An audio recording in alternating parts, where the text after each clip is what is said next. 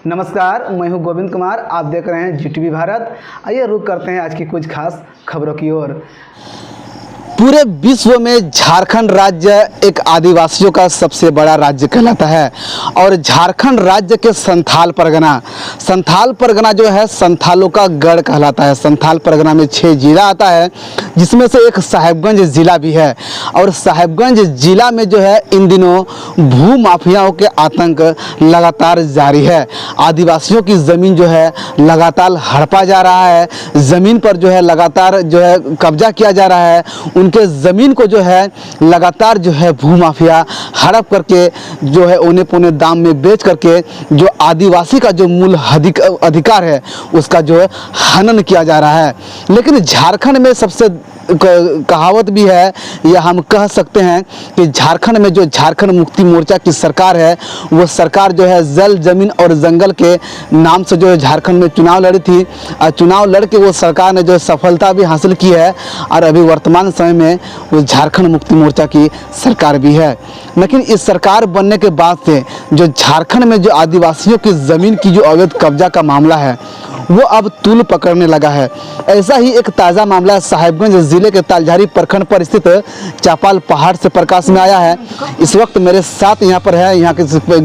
गांव के ग्राम प्रधान है, उनसे हम लोग सीधे लाइव जुड़ेंगे और बातचीत करेंगे कि आखिर पूरा मामला है क्या। जबकि इस ग्राम प्रधान का जो कहना है कि इस पूरे मामले को लेकर, ज़मीन की अवैध कब्जे को लेकर, भू माफियाओं को पर कार्रवाई को लेकर हम स्थानीय प्रशासन या स्थानीय विधायक लोबिन हेम्ब्रम व झारखंड के सीएम हेमंत सोरेन तक का भी दरवाज़ा खटखटा चुके हैं, लेकिन अब तक कुछ कार्रवाई नहीं हुई है। इस वक्त मेरे साथ जो है तालझारी प्रखंड के चपाल जो है गांव के ग्राम प्रधान जो है हमारे साथ जुड़ चुके हैं। उनसे हम लोग बातचीत करेंगे और जानेंगे कि प्रधान जी ये पूरा मामला है क्या, जरा बारीकी से बताएंगे मेरा दर्शकों को।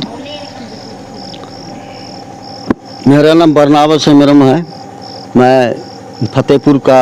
फतेहपुर चपाल का प्रधान हूँ। ये जो मैं बता रहा हूँ ज़मीन के समस्याओं को लेकर के,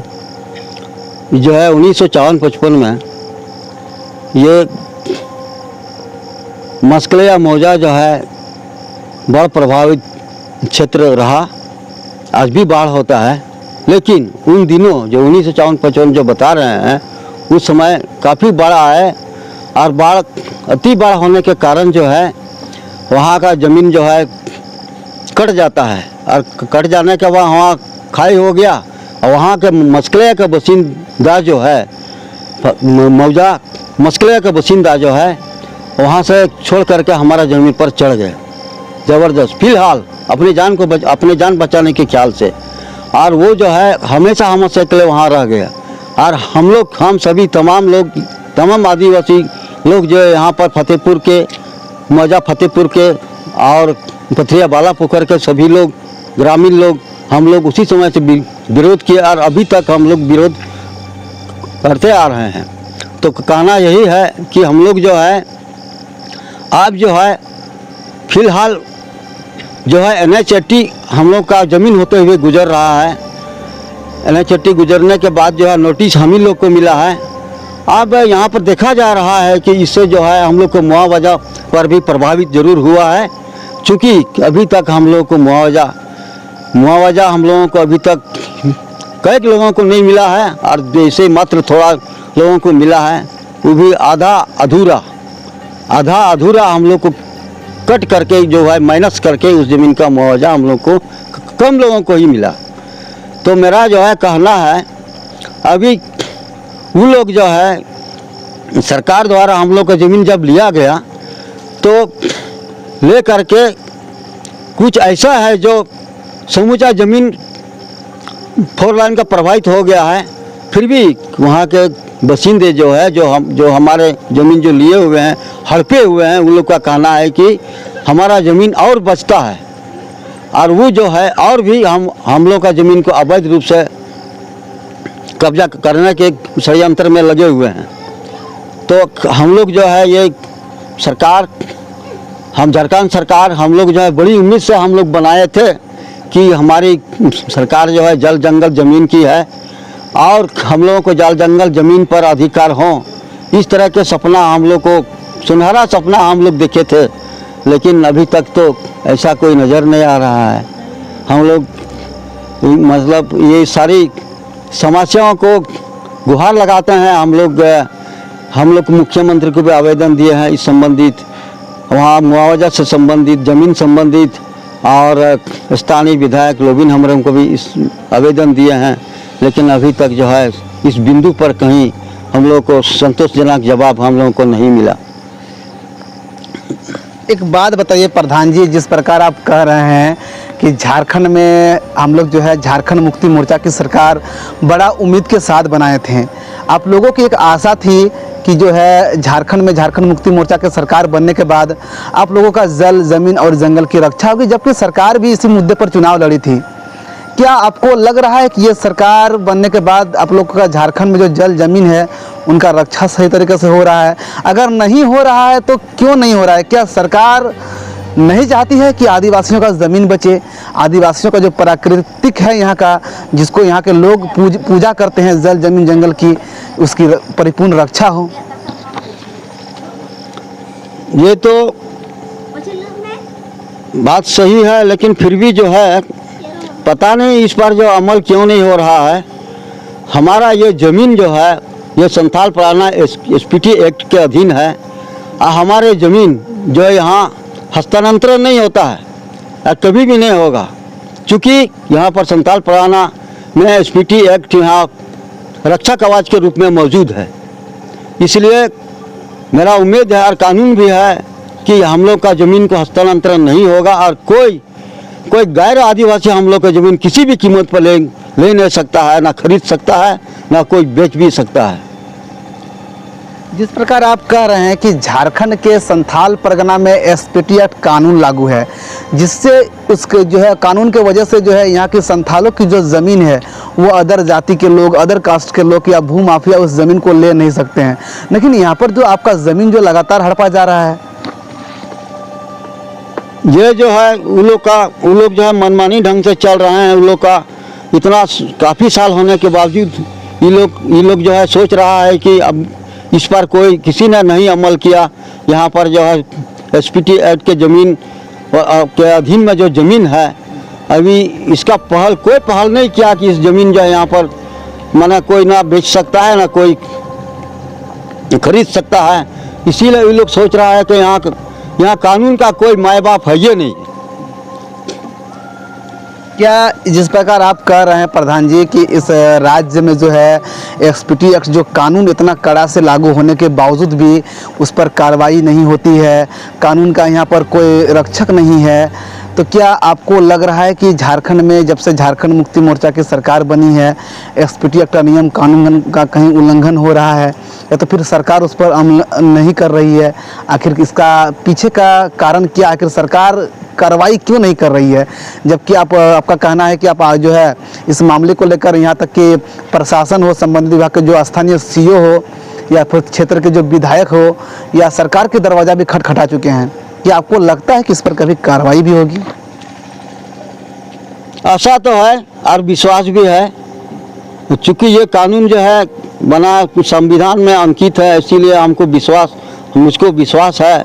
कि ये कानून कभी ना कभी लागू जरूर होगा या इसका अमल जरूर होगा। आप लोग जो है इस मामले में कार्रवाई को लेकर कब से मांग कर रहे हैं? ऐसे तो हम लोग जो है फिलहाल पहले भी हम लोग मांग किए थे, और अभी भी जो है जब से जो है यहाँ पर 4 लाइन में मुआवजा का जो सवाल पैदा हुआ, उसी समय से हम लोग जो है फिर हम लोग के बीच में तूल पकड़ लिया कि हम लोग को जो है मुआवजा का जो हिस्सा है हम लोग का, वो समुचित मुआवजा हम लोग को नहीं मिल पा रहा है, और उन लोग को जो है चंद कागज़ के टुकड़े पर उन लोग जो है दावा कर रहा है हमारे विरोधी या जो भूमाफिया है कि हम भी संथाल आदिवासियों का ज़मीन जहाँ पर हम रह रहे हैं वहाँ उस ज़मीन का मुआवजा हमें भी मिलना चाहिए। तो मेरा कहना है कि अब कहाँ है मेरा एसपीटी एक्ट, मतलब यहाँ का संथाल प्राण एसपीटी एक्ट क्या भाड़ में चला गया? इस मामले को लेकर क्या प्रधान जी आपने जब स्थानीय सीओ जो संबंधित विभाग के जो पदाधिकारी होते हैं उनका भी दरवाज़ा खटखटाए हैं, तो वहाँ से क्या रीज़न निकल करके आया? इस मामले को लेकर आप विधायक का भी दरवाज़ा खटखटा चुके हैं। जो आपके जो बोरियो विधानसभा क्षेत्र के जो विधायक हैं अभी लोबिंदा हैं, लोबिंदा भी इस प्रकार का मामले को लेकर कहीं ना कहीं जो उठाते रहे हैं कि जो है एसपीटी एक्ट का जो संथाल परगना में कड़ी से इसका कानून लागू हो, इसका रक्षा हो, और इस प्रकार का मामला फिर प्रकाश में आ रहा है। तो क्या आपको लग रहा है कि ये सरकार जो है जिस मुद्दे को लेकर चुनाव लड़ी थी, उस मुद्दे को पूरा करने में झारखंड राज्य में वो पूरी तरह से असक्षम है? ये तो ज़्यादा तो उस पर हम टिक्का टिप्पणी नहीं लगाएंगे। मैंने बात समस्या तो सामने है, हमारे साथ क्या हो रहा नहीं हो रहा है। इतना तो ज़रूर है कि प्रशासन से लेकर के मैंने राजनीतिक दल के पास भी ये समस्या जो है जा चुका है, और हमें विश्वास और आशा है कि एक दिन हमको अपना अधिकार ज़रूर मिलेगा। बाय द वे, यदि आपके दिए गए आवेदन पर या आपका जो उम्मीद है कि एक दिन हमको मेरा अधिकार, जो मेरा विश्वास है कार्रवाई को लेकर, वो हमको ज़रूर मिलेगा, यदि पूरा नहीं होती है तो फिर आप लोग आगे का रणनीति क्या कीजिएगा? आगे का रणनीति और क्या होगा, हम लोग अभी सर्वे सेटलमेंट ऑफिस में केस किए हैं, वहाँ पर मतलब सुधार होने का, उसके बाद हम हाईकोर्ट का दरवाज़ा खटखटाएंगे। जिस प्रकार देख रहे हैं कि यहाँ के ग्रामीण जो हैं, उसके गांव के जो है ग्राम प्रधान हैं, उनसे हम लोग लाइव एक्सक्लूसिव जो हम लोग बातचीत कर रहे हैं, और हम लोग जान रहे हैं वहाँ का ग्राम प्रधान का ये कहना है कि यदि प्रशासन, स्थानीय यहाँ के जो संबंधित विभाग के पदाधिकारी हैं, तालझारी प्रखंड के जो सीओ हैं, वह बोरियो विधानसभा क्षेत्र के जो विधायक हैं लोबिंदा, या झारखंड के जो मुख्यमंत्री हेमंत सोरेन हैं, यदि इस मामले पर अविलंब अगर कार्रवाई नहीं करती है तो हम लोग इस मामले को लेकर जितने भी संथाल लोग हैं, जो संथाल समाज के जो लोग हैं, हम लोग जो है हाई कोर्ट का दरवाज़ा खटखटाएंगे, न्यायालय का दरवाज़ा खटखटाएंगे, और अपना अधिकार हम लोग पा करके रहेंगे। लेकिन ये आने वाले समय में देखने को बड़ा दिलचस्प होगा, क्योंकि ये जिस विधानसभा क्षेत्र का मामला है, उस विधानसभा क्षेत्र के विधायक जो है माननीय लोबिन हेम्ब्रम जी हैं, और लोबिन हेम्ब्रम जी जो है इस प्रकार के मुद्दे को लेकर, चाहे वो विधानसभा से लेकर या सड़क से लेकर सदन तक, वो जो धरना प्रदर्शन पर भी बैठे हैं, और इस प्रकार के मुद्दे को लेकर जो है उन्होंने सरकार को भी घेरने का काम किया था, और उन्होंने लगातार धरना प्रदर्शन भी वो कर रहे हैं। अब ये आने वाला समय में ये लोबिंदा के लिए एक चुनौती बना हुआ रहेगा कि आखिर वो अपना जो है संथाल परगना के या अपना विधानसभा क्षेत्र पर जो है लगातार जो आदिवासियों की ज़मीन पर जो है जबरन कब्जा हो रहा है भूमाफिया के द्वारा, उनको जो है छुड़वाने में कामयाब होते हैं या नहीं होते हैं, ये आने वाला समय में देखने को बड़ा दिलचस्प होगा। साहिबगंज खबरों का सिलसिला लगातार जारी है। आप दीजिए मुझे इजाज़त। नमस्कार।